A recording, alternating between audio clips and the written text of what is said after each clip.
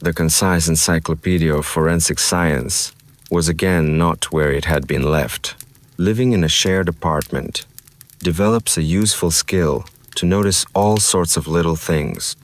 It seems that the drunkard Vereshchagen from the next kennel was again prowling here in search of money. Every time he returned home, Maslov felt a burning desire to change the lock, guessing that the alcoholic had somehow made a duplicate key, although it seems that the neighbor has not been reported for several days. Maslov hooked an old coat onto a crooked nail and sat down on the sofa, satisfied with the end of the day. I managed to find another rare book on violent crimes. For a high school physics teacher, he had an almost unhealthy predilection for studying things related to maniacs and murderers. It's 8 o'clock in the evening. There was an urgent knock on the door. "Yes, come in," Maslov shouted, not looking up from a quick review of the contents of the new book. "Good evening." An officer of the Criminal Investigation Department of the Kirov District Department of Internal Affairs, Alexei Morozov, a uniformed man, entered the cramped room. "According to available information, you, Valentin Maslov, are accused of committing a number of crimes." The physicist's large eyes, magnified by the effect of thick lenses, seemed to grow even larger. "Such as," continued the police officer, "damage to state property, that is, one's own eyesight, murder, yes, of course, killing time while reading, and the worst part is avoiding friendly gatherings. Why are you scaring me, Lech?" Maslov wiped the sweat from his brow with a practiced gesture and ran his hand over the receding hairline, as if calming himself. "Why didn't you come today? They would have drunk like a human being." Alexei waved his hand and landed on the sofa.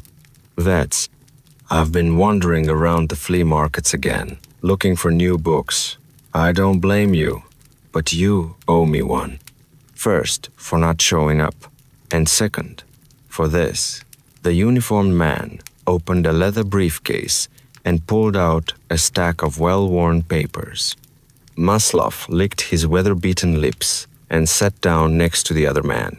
His tired eyes began to absorb the new information greedily. A friend from Moscow brought copies of old cases. "Interesting? I knew it. You'll appreciate it." Forcing himself to look up from his reading, Valentine carefully placed the documents on the small, lacquered table. "How is Boris doing at school?" "Your son? Well, he's trying." It was awkward to talk about the situation.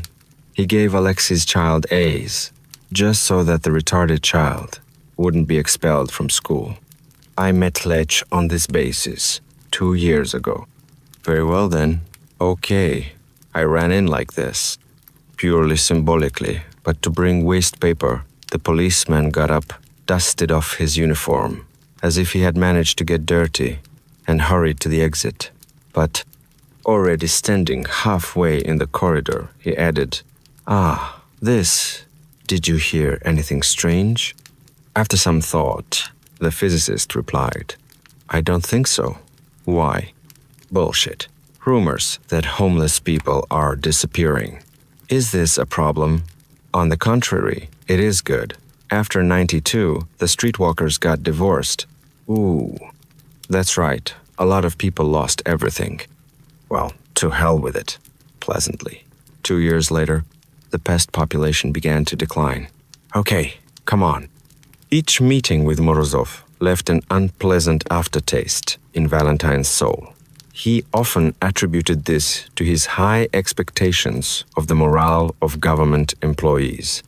Deciding to distract himself from reading, Maslov picked up a pile of papers from the table to immerse himself in expert opinions and witness statements. It didn't work.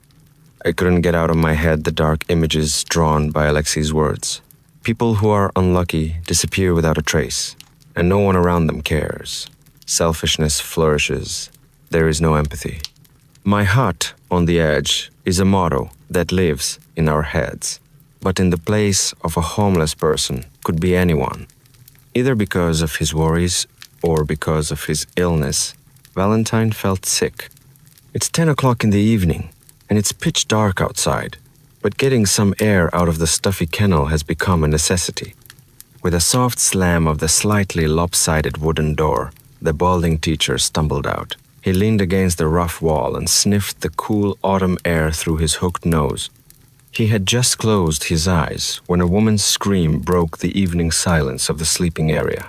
The shrill voice came from the direction of a small park, where the trees were particularly thick with shadows. Maslov followed the sound, running across the narrow street, and ran into a woman running towards him. She screamed even more, her eyes bulging with horror.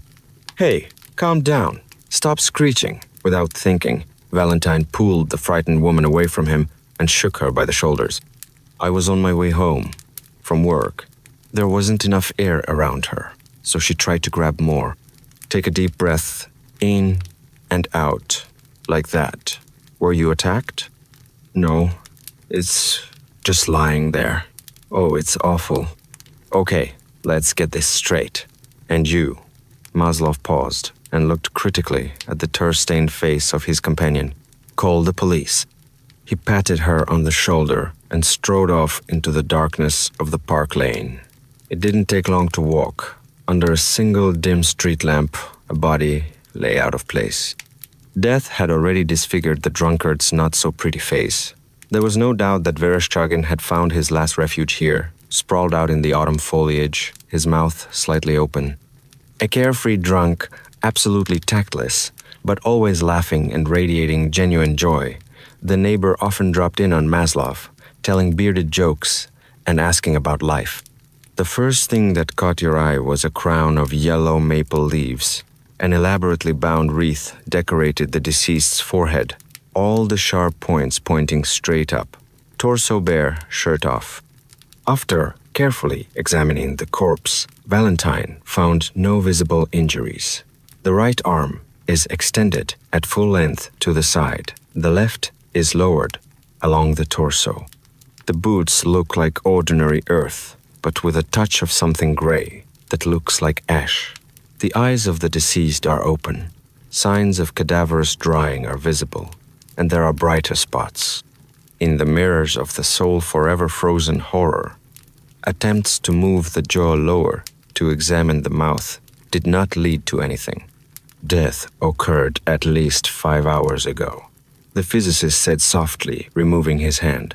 Suddenly, something rolled out of the dead man's mouth. He picked it up carefully, a shell with a sawn edge. Here's the number. Wrapping the find in a handkerchief, Valentine once again carefully looked at the corpse and, finding no clues, went home by a detour. A police car siren sounded behind them. It looks like a ritual murder. Hell, it doesn't look like it, but it is. Crimes of this type are very rare. It is difficult to compare. Maslov closed his eyes, sitting comfortably on the dusty sofa, and began frantically sorting through cases that were even remotely related to the activities of sects. The Baylis case, in pre-revolutionary Russia. No, that's not it. Rubbing his temples, the tired teacher got up and began to pace restlessly back and forth. What do we have? If the body had been lying in the park since morning, it would have been discovered long ago. Rigor mortis set in earlier. And the eyes? So they killed him somewhere else, then planted him. Suddenly, Valentine found himself thinking that it would be a good idea to check out the dead man's room. I had to fight with my conscience, but in the end, I decided. Stepping carefully in the dark corridor, hoping that none of the residents of the communal apartment would wander around at night, he wanted to finish the search as soon as possible. I especially didn't want to meet that nasty old woman who was always pestering me with questions. There was no lock on the ragged door, and the old tenant didn't give a damn. The musty air with the smell of alcohol and medicine was very strong in my nostrils. A light switch clicked on, and a dusty light bulb without a canopy came on in the ceiling. In the dim light, the table piled high with glass bottles looked like a deliberate construction, not just junk. In the corner is an old plywood cabinet and a small nightstand. The drawers are half empty and half full of trash. The floor is littered with cigarette butts. I could hear the front door slamming as someone came in from the street. Valentine reacted instantly, turning off the light and peering through the small crack, holding on to the jamb. Two uniformed men were moving toward him, their shoes softly shuffling. It seems that the police did not waste time in vain. They struck the dead man and immediately went to visit. Holy shit. I had to do something urgently. Otherwise, I would have to prove my innocence in the isolation ward. The simplest solution is a window. Valentine began to pull nervously at the latch, but it wouldn't budge, and it was firmly fused to the windowsill. The footsteps were getting closer. Blushing and sweating profusely, the physicist kept pulling the damned latch up, but to no avail. Employees went inside. The lights came on. Maslov crouched in the closet, trying to breathe quietly among the old jackets. Yes, a natural garbage dump, the lawman said dejectedly. I don't give a shit. They told me to check for footprints, the type that might lead to it. We checked it out. There's nothing here. Yeah, really. The waste is alone. Hey, can we make a wardrobe? At least we'll clean up the freak's clothes. And the idea is good.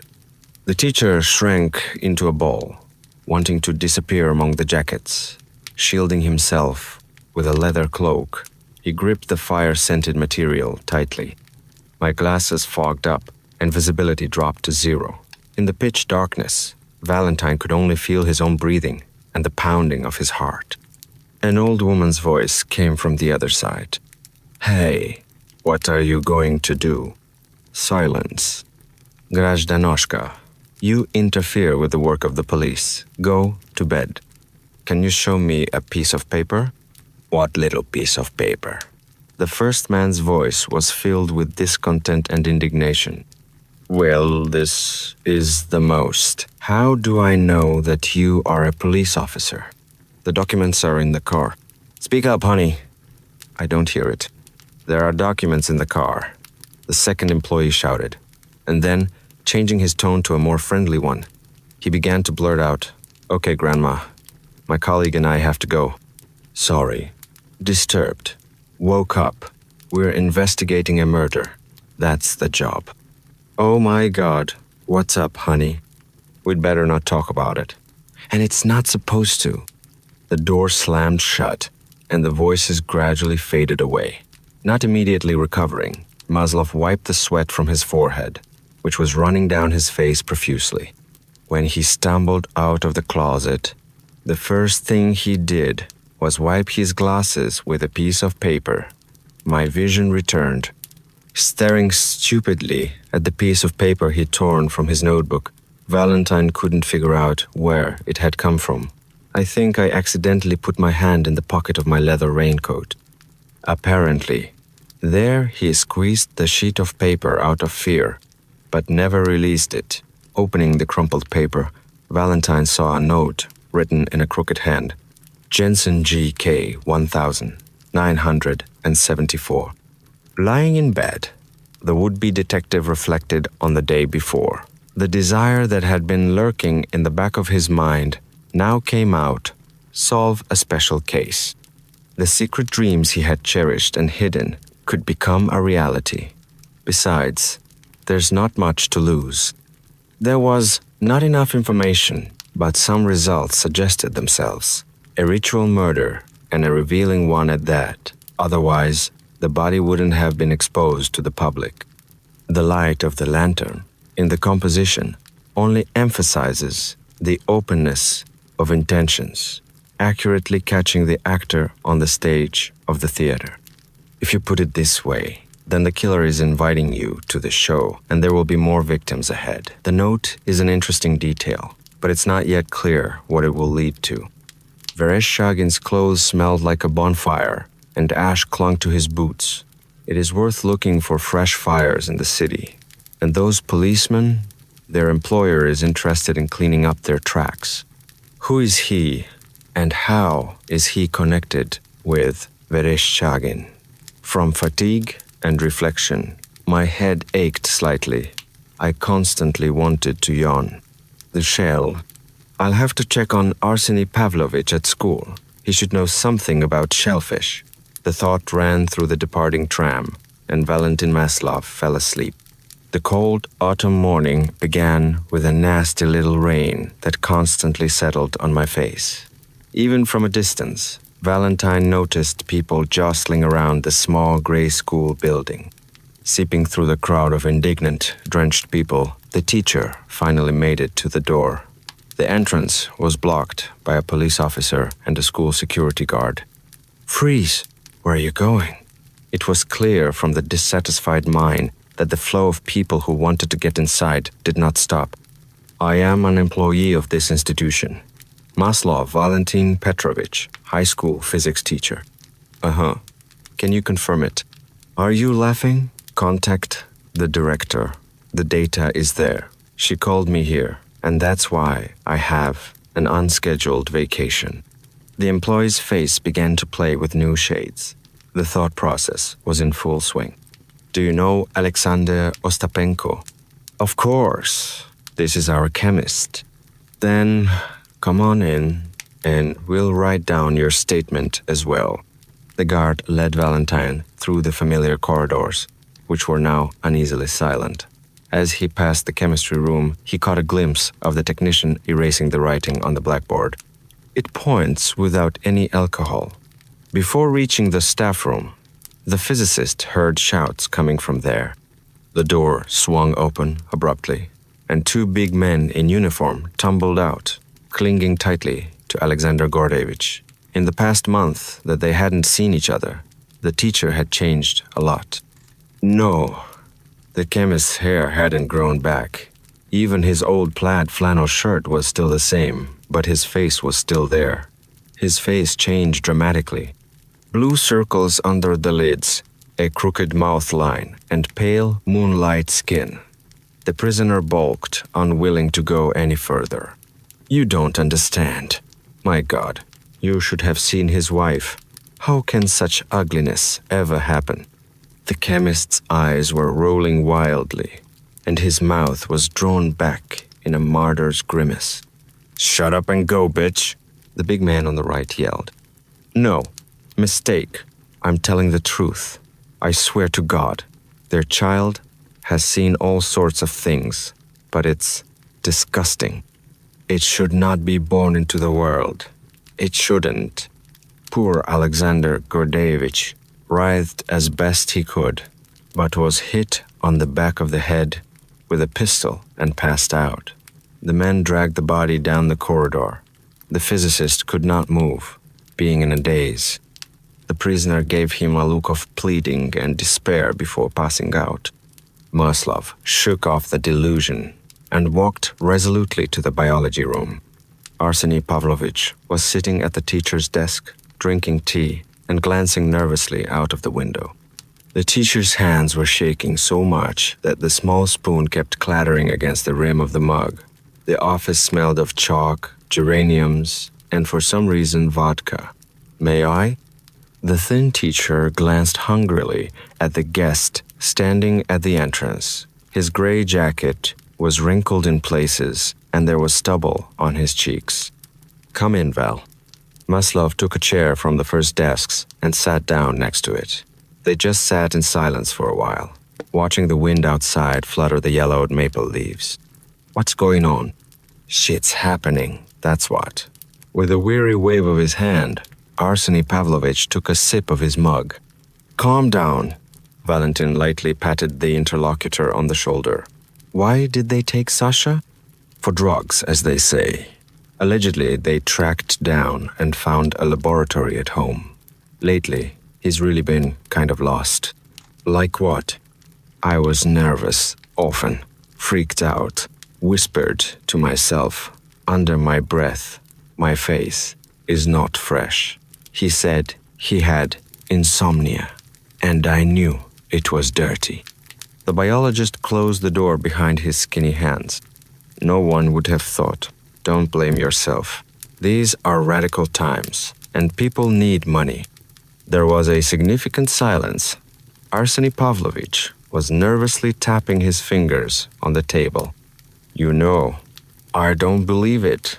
This is complete nonsense. I understand. Valentin thought about yesterday's visit of the police to a neighbor, linking it with today's incident. And the moment is still interesting. I overheard the bastards in uniform talking to each other. One person told the other that it was a very strange laboratory. It doesn't look like the kind where drugs are made. Arseny moved closer to Valentin and spoke in a whisper. They say that the symbols are incomprehensible on the walls, excerpts from the Old Testament. And the second one answers, did you find the substances? Found. Passed the place. No further fuss. Terms of the contract. Wow. It's not easy. I'm telling you, it's a dark business. Someone set the sled axe on Sanka and drugs. No, maybe he used them, but he definitely didn't sell them. He suffered a strong shock. The engine was jammed. The physicist inadvertently made a conclusion aloud, looking into the eyes of his colleague. Arseny broke eye contact and stared at the table. Listen, I have a question. In your line of work, Valentin took out a handkerchief and carefully unwrapped it, placing the shell he had found in Vereshagin's mouth on the table. The biologist frowned and pursed his lips, tensing even more than before. This is Cypraea, or cowries, a mollusk that lives in tropical climates. And why is the edge filed? The other man made it clear that he didn't want to continue. Rising from his chair, Valentin folded the handkerchief just as carefully and put it in his trousers pocket. Okay, I'll go. Stay strong, buddy. Thanks. And you? Don't give up. Cancer is being successfully treated these days, as I say. Leaving the office, Maslov experienced an unpleasant bouquet of feelings. Pity on the part of people who knew about the disease always caused burning shame and a desire to sink through the floor. It hit me again, a nuclear cocktail of emotions pouring through my body.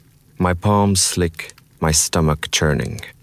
There was nothing else to do at school, and, gradually moving away from emotions, he moved to the exit, since there were no operatives in sight. An unpleasant picture was emerging. The shell is not from these northern regions. It is almost impossible to get one in Oktyabrsk. It's a cult item. A longtime colleague might have known the details. His former research supervisor from the institute. Due to a series of disagreements, communication was not particularly consistent, given that Valentin had to leave the workplace and choose the path of an ordinary school teacher. The physicist hurried to the payphone booth and dialed a number. Long beeps. Good afternoon. Reception department of the Oktyabrski EM Research Institute. How can I help you? The tired voice on the other side belonged to Vera, an old friend whom he rarely visited after the diagnosis. Hi, this is Valentin Maslov. Wow, why didn't you come in personally? There was a hint of resentment in the woman's tone. Long to describe. Are you all right? How is your health? Listen, Valentin said, trying to explain as gently as possible. I need Korolev. That's right. Okay, wait. Maslov waited patiently, staring at the pile of scratches left on the plastic. Another familiar voice broke the silence on the other end. Vladimir Korolev is on the line. How do you do? This is Valentin Maslov. I'm sorry to take up your time, Professor, but I need an expert opinion on something. Sure. I'm listening. You have long been interested in studying various cults and religions of the world. Perhaps you know who uses a cowrie shell with a sewn edge as a ritual object? This is an interesting question. I can say that the circle is wide. Basically, these are various Afro-Caribbean cults. The religion of Santeria, Kimbanda, Wudun, and the common people of Voodoo. It takes a long time to paint, but cowrie shells are used for divination. Thank you, Vladimir Sergeyevich. I'll be sure to drop by on occasion. Yes, of course. Come in. Wait. Why? The rest of the words ended with a click. Valentine hung up before the professor had finished. He got the necessary information, and he didn't need more than that. Relations with Korolev are strained, so I didn't want to bother my eyes. On the corpse is a crown of leaves. The symbolism is more to European mythology, with voodoo has little in common. Golyak. And then an epiphany came. There's a lead on Vereshchagin. Perhaps there was a fire in the city, and the neighbor was there. After buying a few news items for this week, and last, the physicist went to the bus stop to get some privacy from the ever-present drizzle. Landing on a rickety bench, he breathed in the smell of gasoline and wet asphalt as he hurriedly opened the first newspaper. Most of the pages were filled with junk, cooperative ads, employee searches, city news, where Bandit Hari proudly opened another restaurant. He looked more closely for the crime report than anything else, but it was filled with cases of domestic violence. There were frequent reports of missing people. Halfway through the stack, Valentine finally found the appropriate headline and, pushing the fatigue out of his eyes, plunged into reading.